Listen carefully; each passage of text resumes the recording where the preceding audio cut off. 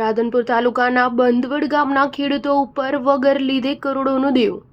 પાટણ જિલ્લાના રાધનપુર તાલુકાના બંધવડ ગામ ખાતે 180 થી વધારે ખેડૂતો ઉપર સેવા સહકારી મંડળીની અંદર ધિરાણ ઉપડી જતા ખેડૂતોને મળી નોટિસ. ખેડૂતોએ ધિરાણ ના લીધેલ હોય જેને લઈને ખેડૂતો ઉપર કરોડોનું દેવું ઉપર આવતા ખેડૂતો પરેશાન બન્યા. કંદોડ સહકારી મંડળીના મંત્રી દ્વારા આ કૌભાંડ થયું હોવાના ખેડૂતોના આક્ષેપ. ખેડૂતો દ્વારા બંધવડ ગામ ખાતે અને આવેલ હનુમાનજી મંદિર ખાતે એક મીટિંગ યોજાઈ, જેમાં સેવા સહકારી મંડળીની અંદર ખેડૂતો ઉપર ધિરાણ ઉપડી ગયેલ હોય જેને લઈને ખેડૂતોમાં ચિંતાનો માહોલ. ખેડૂતો ઉપર 4 કરોડથી વધારે ખેડૂતો ઉપર ધિરાણ ઉપડી જવાનો ખેડૂતોનો આક્ષેપ છે. ખેડૂત દ્વારા બંધવડ ગામ ખાતે મીટિંગ કરી તમામ ખેડૂતો રાધનપુર ખાતે આવેલ બનાસ બેંક ખાતે પહોંચ્યા હતા. બનાસ બેંક ખાતે પોતાની રજૂઆત કરી ખેડૂતો ઉપર મંડળીમાંથી કરોડો રૂપિયાનું ધિરાણ ઉપડી જતા ખેડૂતો મુકાયા મુશ્કેલીમાં. ખેડૂતોને નોટિસ મળતા ખેડૂતોએ આવું કોઈ પણ પ્રકારનું ધિરાણ લીધેલું ના હોય, ખેડૂતોના નામે કોણ આ રકમ ચાવી ગયું, કોણ આ પૈસા ઉપાડી ગયું, જેને લઈને સવાલો ઉઠ્યા છે. હાલ તો ખેડૂતો દ્વારા માંગણી કરવામાં આવી રહી છે કે ધિરાણ ખેડૂતોના નામે જેને ઉપાડી તેવા ઈસમ વિરુદ્ધ કાયદેસરની કાર્યવાહી કરી તેની પાસેથી પૈસા રિકવર કરવામાં આવે તેવી માંગ ઉઠવા પામી છે. Star news 7 Patan. સરપંચ પ્રતિનિધિ તરીકે આજે ગામ લોકો સેવા સહકારી મંડળીની નોટિસો એ બાબતે ખોટા ધિરાણ બાબતે મળેલ. આ અગાઉ 12 મહિના પહેલાં નોટિસો આવેલ અને ગામ લોકો ભેગા થઈ અને એની તપાસ થાય, કાર્યવાહી થાય એના માટે જવાબ કરેલા અને જે તે સંબંધિત અધિકારીને પણ લોકો મળ્યા હતા.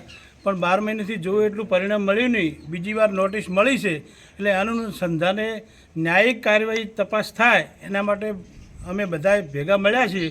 અને ખેડૂતે ખરેખર ખોટું ધિરાણ આ ધિરાણ ઉપાડેલ જ નથી અને રેકર્ડ ઉપર તપાસ થાય અને પૂરેપૂરી તપાસ થાય જેથી ખેડૂતને ન્યાય મળે એવી અમારી ગામ લોકો વતી પ્રતિનિધિ તરીકે માગણી કરું છું. કેટલા ખેડૂતો અંદાજે હાલ જાણવા મુજબ 186 નોટિસો ઇસ્યુ થયેલ છે.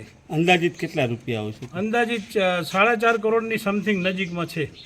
તો શું માગણી એવી છે કે જે ખેડૂતે નથી પૈસા લીધા અને કાગળો સિવાય કે કઈ રીતે કાર્યવાહી થઈ, બેંક કે મંડળી જેને જે હોય એની પૂરેપૂરી સહકારી લેવલે સરકારી લેવલે તપાસ થવી જોઈએ અને આનો પૂરેપૂરો ન્યાય ખેડૂતને મળવો પડે. ખેડૂતો દ્વારા બેંક પાસે કે પોલીસ પાસે આની તપાસની કે માગણી કરી? આની પહેલાં અમે જો જિલ્લા રજિસ્ટ્રાર ગામ વતીના પ્રતિનિધિઓ રજૂ કરેલ, અમે જિલ્લા સહકાર રજિસ્ટ્રારને મળેલ, પછી જિલ્લા કલેક્ટરશ્રીને રજૂઆત કરેલ, એસપીને રજૂઆત કરેલ, પીઆઈ કક્ષાએ પોલીસ સ્ટેશનમાં પણ અમે લેખિતમાં રજૂઆત કરેલ, બેંકને પણ વારંવાર અમારા સહકારી આગેવાનો જે મંડળીના કમિટીના જવાબદાર સભ્યો એના દ્વારા પણ રજૂઆત કરેલ. પણ જો એટલી સંતોષકારક કાર્યવાહી થઈ લાગતી નથી અને ફરીથી નોટિસ ઇસ્યુ કરી તો પૂરેપૂરી તપાસ જેવી છે. અમે જેમાં સંડોવાલ એને પૂરેપૂરી શિક્ષાત્મક મળવી પડે અને પૂરેપૂરી રેકર્ડ તપાસ થાય કે ખરેખર આ કઈ રીતે આ ધિરાણ ઉપડેલું છે અને ખોટું ધિરાણ નથી લેતું. તો નાનો માણસ આ રીતે ખોટી એના પર માનસિક અસર થાય, આ વ્યાજબી નથી. અંદાજિત એક ખેડૂત ઉપર કેટલું ધિરાણ? વધુમાં વધુ 3 લાખ ને 3 લાખથી નીચેનું અને વ્યાજ સહિતની નોટિસો આવેલ છે. મારા ગામમાં સેવા સહકારી મંડળી ચાલે છે અને સેવા સહકારી મંડળીમાંથી ખેડૂતોના નામે ખોટા પૈસાનું ધિરાણ થયેલું છે.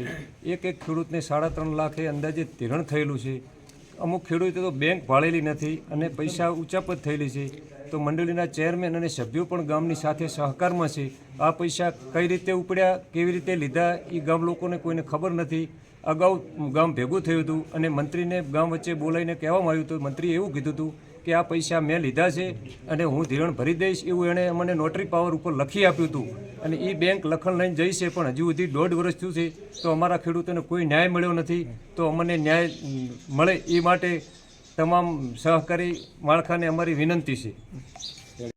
ગોધરી માવજી ભાઈ વાલાભાઈ, ગામ બંધવડ, તાલુકો રાધનપુર, જિલ્લો બનાસકાંઠા, જિલ્લો પાટણ ના વતની હું સેવા સહકારી મંડળીનો ચેરમેન છું. ખેડૂતોની લડાઈ 180 ખેડૂતોની ખોટા પૈસા ઉચાપત થઈ છે. એ બાબત અમે ભાઈ ન્યાય માગવા વિનંતી છે અમારી.